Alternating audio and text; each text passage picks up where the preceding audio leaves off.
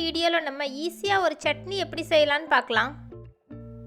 2 spoon அளவு எண்ணெய் சூடு பண்ணிக்கோங்க. எண்ணெய் சூடானோன்னா 1 ஸ்பூன் அளவு உளுந்து சேர்த்துக்கோங்க.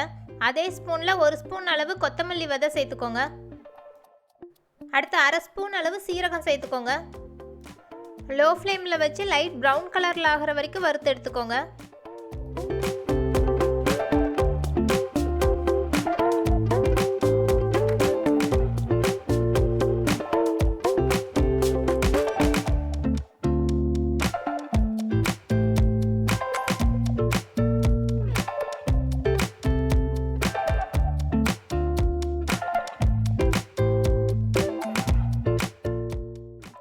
அடுத்து கொஞ்சமாக சின்ன வெங்காயம், கொஞ்சம் பூண்டு, காரத்துக்கு ஏற்ற மாதிரி காஞ்ச மிளகாய் இதெல்லாம் சேர்த்துக்கலாம். நான் 3 காஞ்ச மிளகாய் சேர்த்துருக்கேன். உங்கள் காரத்துக்கு ஏற்ற மாதிரி கூடவோ குறையவோ சேர்த்துக்கோங்க.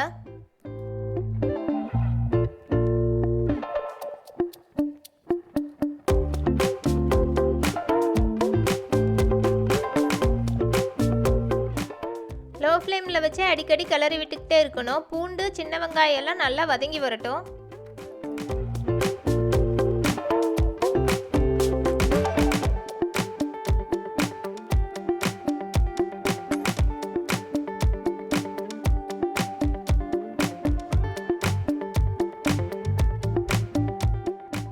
அடுத்து கொஞ்சமாக புளி, ஒரு தக்காளி, தேவைக்கேற்ற மாதிரி உப்பு, இந்த 3ஐயும் சேர்த்து நல்லா கலந்து விட்டுக்கோங்க.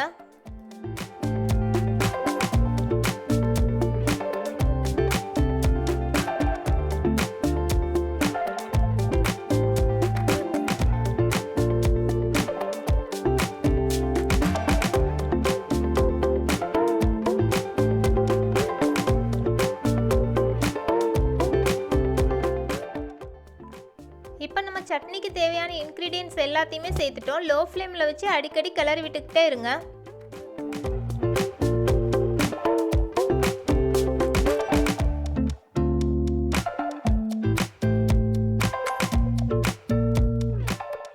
நம்ம சேர்த்துருக்க இன்க்ரீடியன்ட்ஸ் எதுவுமே கரிஞ்சிடாமல் லோ ஃப்ளேமில் வச்சு நல்லா வதக்கி எடுத்துக்கோங்க.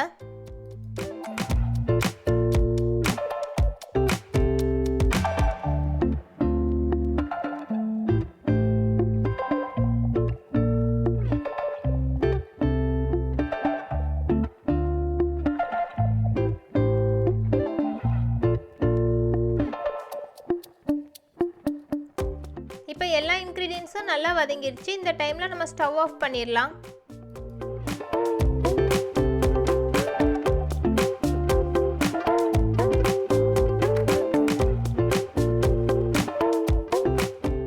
நம்ம வதக்கி வச்சிருந்த இன்க்ரீடியன்ட்ஸ் எல்லாம் நல்லா ஆறுனதும் மிக்ஸி ஜாரில் சேர்த்து ஃபைன் பேஸ்ட்டாக அரைச்சி எடுத்துக்கோங்க.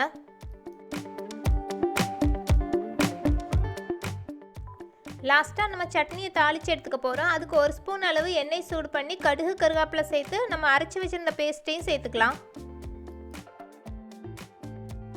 அதிக நேரம் கொதிக்க விட வேண்டாம். லைட்டாக கொதி வந்ததும் ஸ்டவ் ஆஃப் பண்ணிடுங்க.